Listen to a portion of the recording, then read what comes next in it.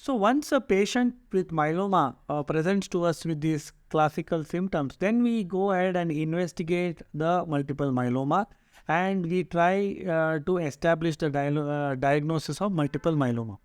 So what are the investigations we usually do? We do the routine blood investigation, CBC, LFT, RFT, uric acid levels. We also do the viral workup for HIV, HBsAg and anti-HCV. And along with that, we check for the calcium levels and also the electrolyte levels. Based on these basic investigations, we will need to give certain treatments to make sure that the patient is stabilized. What are the things that we gain? For example, if we get that the patient has increased calcium, we can give certain medications to reduce the calcium level so that there are no major complications that occur because of hypercalcemia.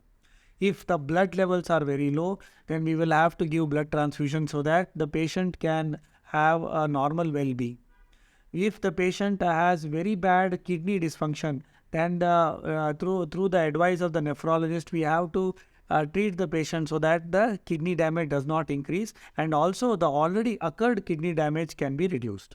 So these are some of the implications of doing this basic blood work by which we can help stabilize the patient. Now, then we do myeloma specific investigations. So we do serum protein electrophoresis. Basically, this test is to analyze all the proteins in the blood of the patient, and we detect what is called as an M spike, which means that all the abnormal antibodies that are produced by these myeloma plasma cells are seen to be increased, and this increase is called as the M spike. So this can be detected by serum protein electrophoresis. Then we look at the lineage of the myeloma cells. So lineage means, so in our body we have different types of immunoglobulins. Immunoglobulins are nothing but the antibodies that I was talking to you about. So these immunoglobulins are of different varieties. So we have the G variety, we have the A variety, D variety, E variety, and the M variety. So they are called as IgG, IgA, IgE, IgM. And so basically what happens is, getting to know which of the antibodies are deranged helps in the treatment of myeloma, and also to monitor the response to treatment of the myeloma. Then we look at which are the light chains that are produced in excess. Light chains are nothing but components of the antibodies which are released in large number, because as I told you, these plasma cells are abnormal. So sometimes they just release light chains without them getting packed with the heavy chains. So these light chains, when they increase in number, they give rise to renal damage and many other target organ damages. So checking for the light chain abnormality is done by one, as I told you, the immunoglobulin levels. Second is by, we call it as free light chain assay, or the kappa lambda ratio, which we get to know by this test. And apart from that, we have to do a bone marrow aspiration biopsy. The bone marrow aspiration biopsy helps us to understand what level of increase is there of the plasma cells, the abnormal plasma cells in the bone marrow.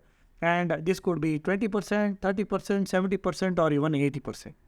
From the bone marrow sample, we also send the bone marrow sample for a test called as cytogenetics. Cytogenetics means the study of the DNA of the abnormal plasma cells, through which we get to know the various genetic damages that have occurred before the plasma cell, the normal bone marrow, has undergone an abnormal transformation to give rise to multiple myeloma. Now, this difference, or the difference in the genetic damages, also helps us to understand how aggressive this multiple myeloma can be. So depending on the aggressiveness of the multiple myeloma, we tailor the treatment of the multiple myeloma accordingly. So based on all this information that we get, we divide multiple myeloma into low risk, intermediate risk, and high risk.